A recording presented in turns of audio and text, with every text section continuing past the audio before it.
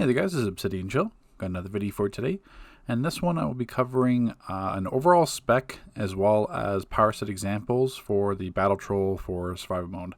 Now, battle trolling is not something I generally recommend or endorse, but I'd much rather prefer a power troll or a buff troll. But for survival mode, it's different just because of a 4-man setup. You're pretty much reliant on the troller to do damage as well as to supply some helpful debuffs. So survival mode is basically one of those necessary evils. So I touched on a video before, but that was for precision. I didn't want to be precision this year, wanted to be different, and I felt that last time for season 1 you had to be precision because of just mobility and the damage. But now that we have the buff finishers, might is actually somewhat competitive really for single target. So it provides you some options, so you're not necessarily mandated to be prec. So I'm going to touch on the spec here, and then we'll touch on the examples. I'll leave timestamps in the description, so if it's going to be mental, quantum, light, well, light's a little power heavy, but it still can work, and then munitions and gadgets. So you'll be having a loadout examples for each one. So let's touch on the spec here.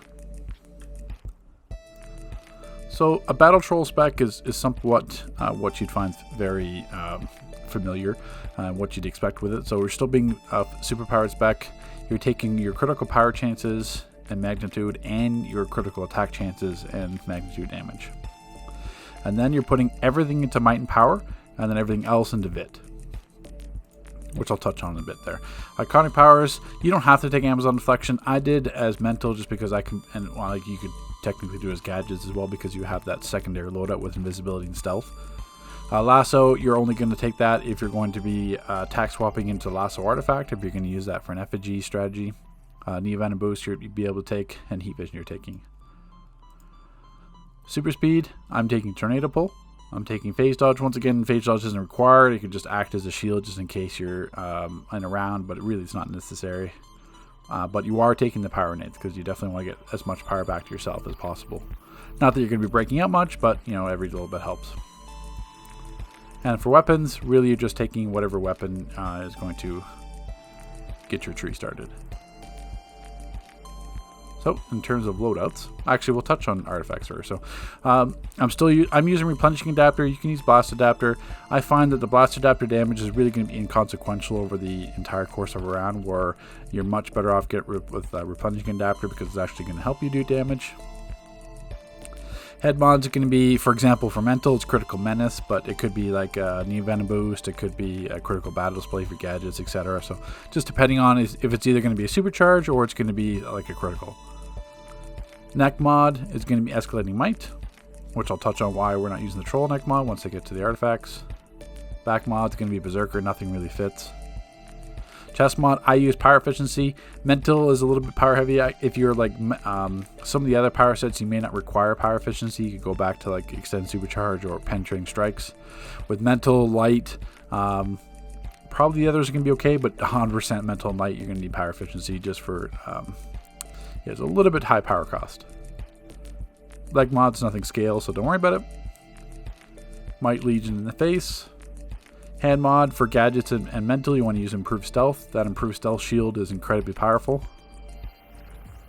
Feet mod, tumbling master, just a dodge roll. Trinket wise, you have an option. I like using the turrets just because it's higher single target damage quicker. Because a lot of NPCs, say like Ultimate Soldier or Zeus, or there's a lot of ones with melee abilities that will take out pets. So if you sub in a pet like a Source Lightning or a Freeze Drone that's out for 60 seconds, you may or may not get that full 60 seconds worth of damage, or at least with the turret ones, you're pretty much guaranteed to get it. Plus, to drop like Soldier Shield or Deathstroke's Icon Suit, it's helpful. So that's my preference for SM. But you can certainly use a full 60-second pet if you want. And DPS Trinket, Orbital, and Spy Drop. Now, the artifacts for battle trolling, it's 100% going to be the Claw. That's why you spec into Vit to increase your Claw pot tick. So at least the group has somewhat of power. Because as you can see, I'm wearing all DPS gear. I'm not wearing any piece of controller gear whatsoever. It's not required. You're only wearing DPS gear. So your power over time is going to be low because obviously my Vit's lower. So you want to get that as many skill points as you can to that to help increase that to the group. Because I mean, survival mode isn't really a constant power drain; it's more spiky power. So like the tanks, at least through all my rounds of experience, the group never had an issue with power. I mean, you have groups even using no trolls and doing DPS. It's just that factor with water being super healing efficient, ice being efficient for tanking, or all the tanks really in general. Even rage is very power efficient, and then you don't really have any power drains. So, and then claw. Not only do you give yourself 7% might, but that 7% restoration of dominance to healer and tanks is very beneficial, especially for survival mode, because when you get to the higher rounds, those shields have to absorb the attack damage just to save your res. So if you're missing 7%, actually 14% if you're thinking dom and resto towards your shields, that's a lot of stats to be missing. Secondary battle troll artifact is going to be Amulet of Rao. That's another 100%er because of the extra debuffs. So when you think of it like a 15% attack debuff and a 15% defense debuff, that's very helpful for rounds, not only to finish them quicker, but also to buy your tanks a little bit of damage-wise. So, maybe a Zeus tap at round 30 doesn't kill you if you have a attack debuff on, 15% reduction, versus it always will if you don't. So it's just one of those situations where we can save the tank. And then I tested 2 artifacts. I did test Transformation or Grim. Grim I found was better overall. It did more passive damage, as well as when you're thinking rounds like Ultimate Soldier or what are some other examples? Black Manta. Does Deathstroke have one? I can't remember. There's Alex is another good one. Those bosses target pets. So if you have a Grim out, that's a permanent pet being out. And then when it dies, it immediately resummons. You don't have to do anything with it. So it's great to have that beneficial target. And as well as I didn't see a giant damage difference between the two, but considering how often you're going to be like moving at a range or blocking or anything like that in SM, dodge rolling, getting a pickup, at least a Grim is always doing passive damage where Transformation wouldn't. So that's why I always take the Grim over Transformation. And it helps for mental too because it sets up PI. So the other thing is with Amulet, because when you cast a debuff, you have that 12-second window.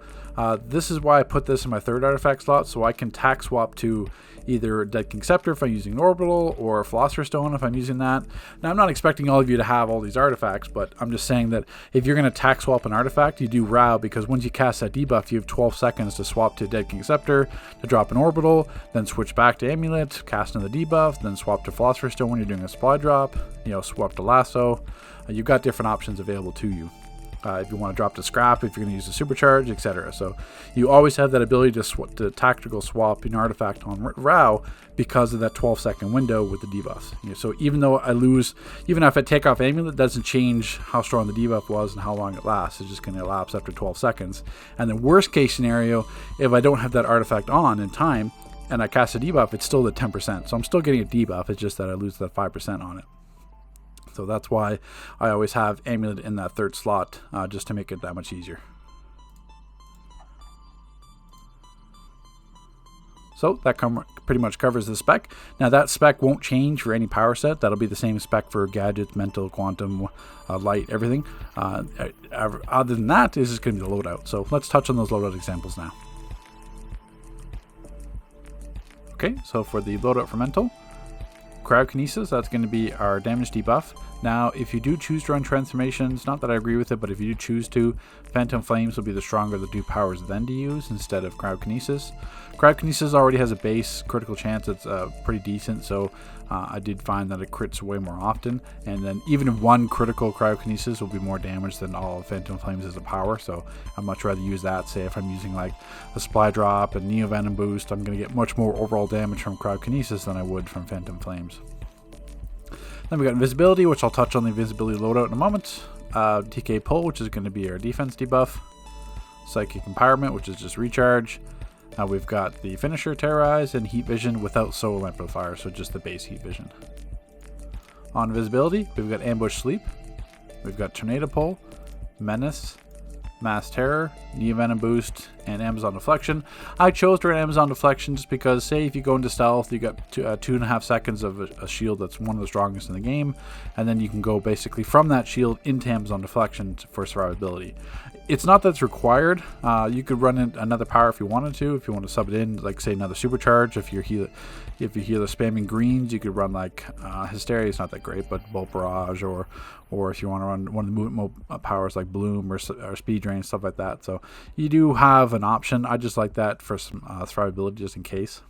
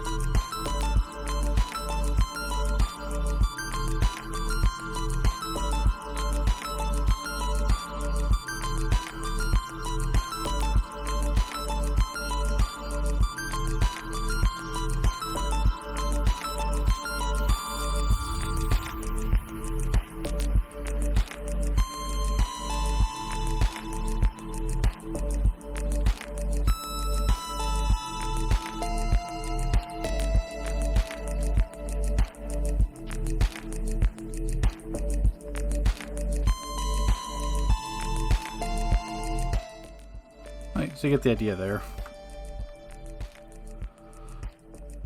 When you're properly on that aggressor buff here, aggressor serums and content, we get extra 10% might. Those low 60s turn into higher 60s, turn into 70s. You know, you got Philosopher's Stone, so you got an extra 40. You got basically 40 seconds of the supply drop. So it doubles the duration. Actually, sorry, not. That's 16 seconds. You got the Dead King Scepter Orbital Assistance proc, which will be hitting hard. I've seen that crit in like 80s and 90Ks because it's based on your might. So very, very viable. I mean, I'm not entirely sure what precision hits for in terms of Battle Troll, but you know, if you're might and don't want to be precision, might mental is completely viable, and that's completely, everything is entirely max range. So I mean, of course you could, if you for lower rounds, you could put on Ambush Sleep and Ambush Pain Blast, but this is entirely max range, safe loadout to use. Okay, let's jump on the next power. Okay, for a light loadout. Now, light, unfortunately, is very, very, very power intensive. I would be light if I could, but I couldn't sustain it in survival mode, so I switched to mental. Mental's kind of on the edge, but at least you can manage it with sodas and stuff. But hard light, you cannot sustain that for like a 25-minute SM round. I wish you could. 100% is great. It allows a ton of mobility because you can have Amazon deflection. I mean, you already have a debuff that's a finisher. You're completely mobile.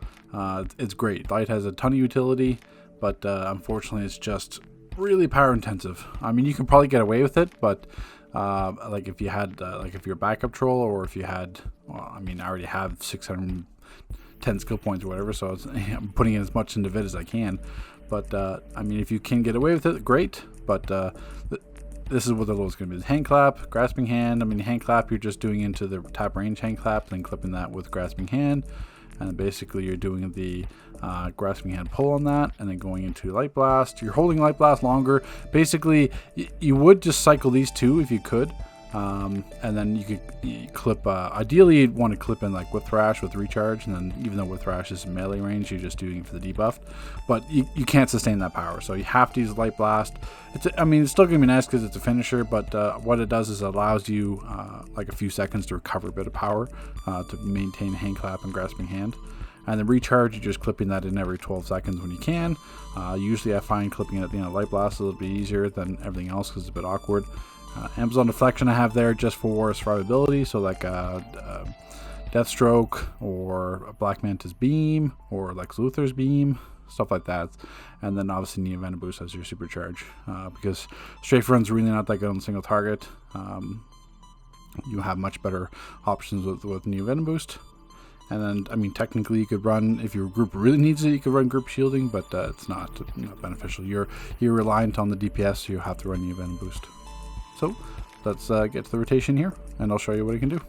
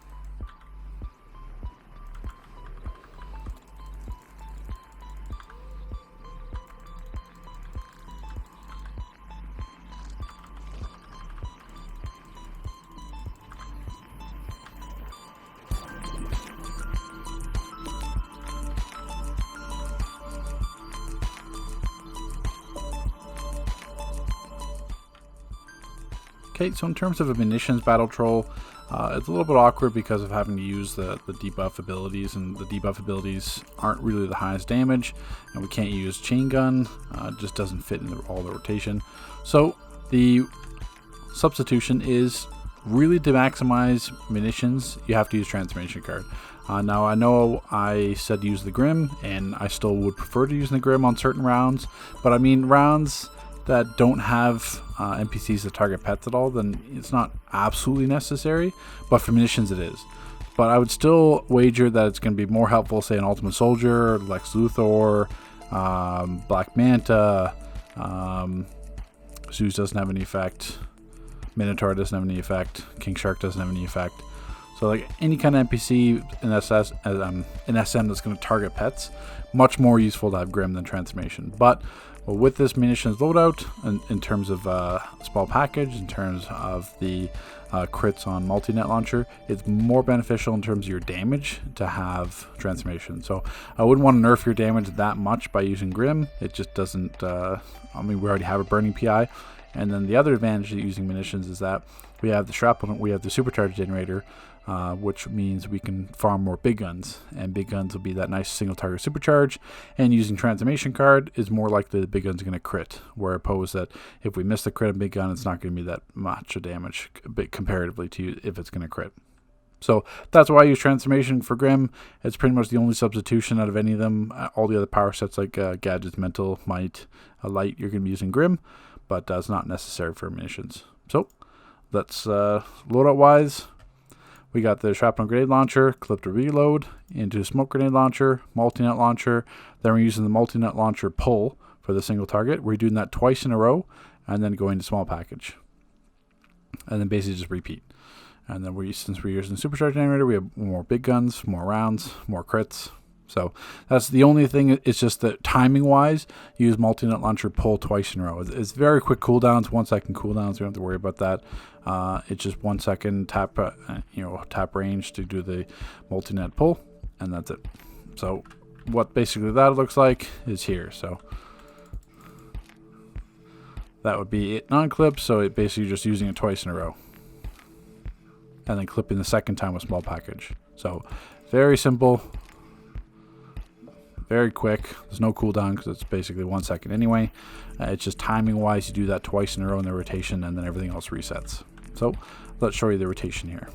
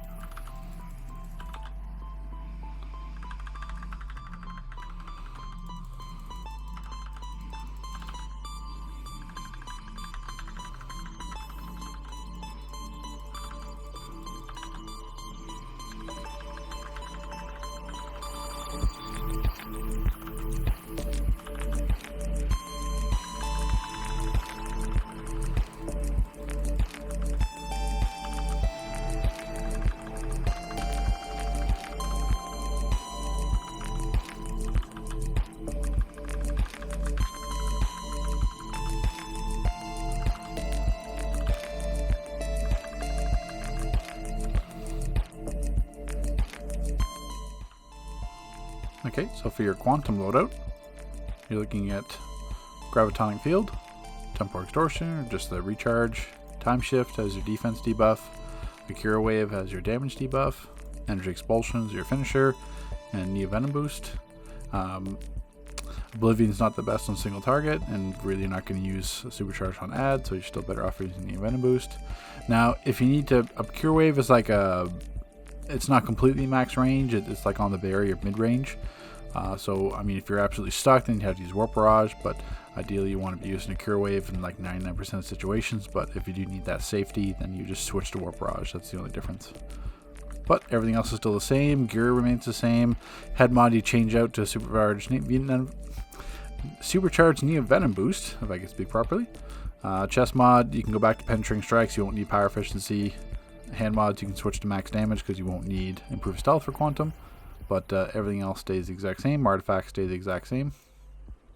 So let's get into the rotation.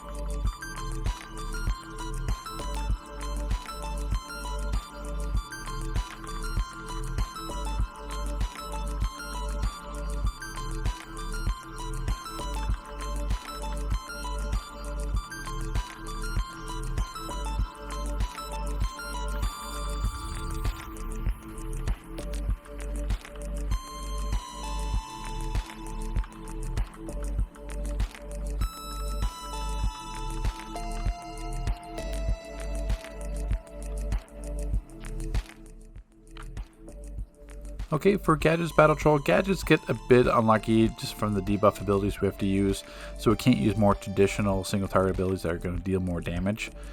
So with Gadgets we have Gauss Grenade as a defense debuff, we have Stealth, Paralyzing Dart, P-Dart is your damage debuff, we got Defibrillator as recharge, Suppressor Turret, Photon Blast, and on Stealth we have Tornado Pull, Clip with Battle Display, Clip with Suppressor Turret, and then Taser Pull on the way out. So similar how Mental is set up, where we're hitting 4 powers in Stealth, and then you're using Critical Battle Display 2 for the head mod. So if I go back to my head mod, Critical Battle Display 2 to get some of those crits back, because we're not running Transformation, we're running the typical setup, which is going to be Claw, Grim, and Rao.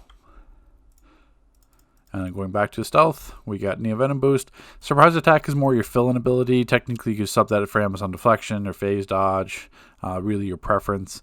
Surprise Attack has slightly better range than Ambush Pain, so you could use that if you are in melee range at all. Or not melee range, mid-range. But that's basically your fill-in ability. You could also run a second supercharge like Bloom or Bunker Buster, depending on if your healers are spamming green circles for you. So really, that's your sub-in power. You don't have to necessarily run Surprise Attack if you don't want to. So the rotation is going to look like this.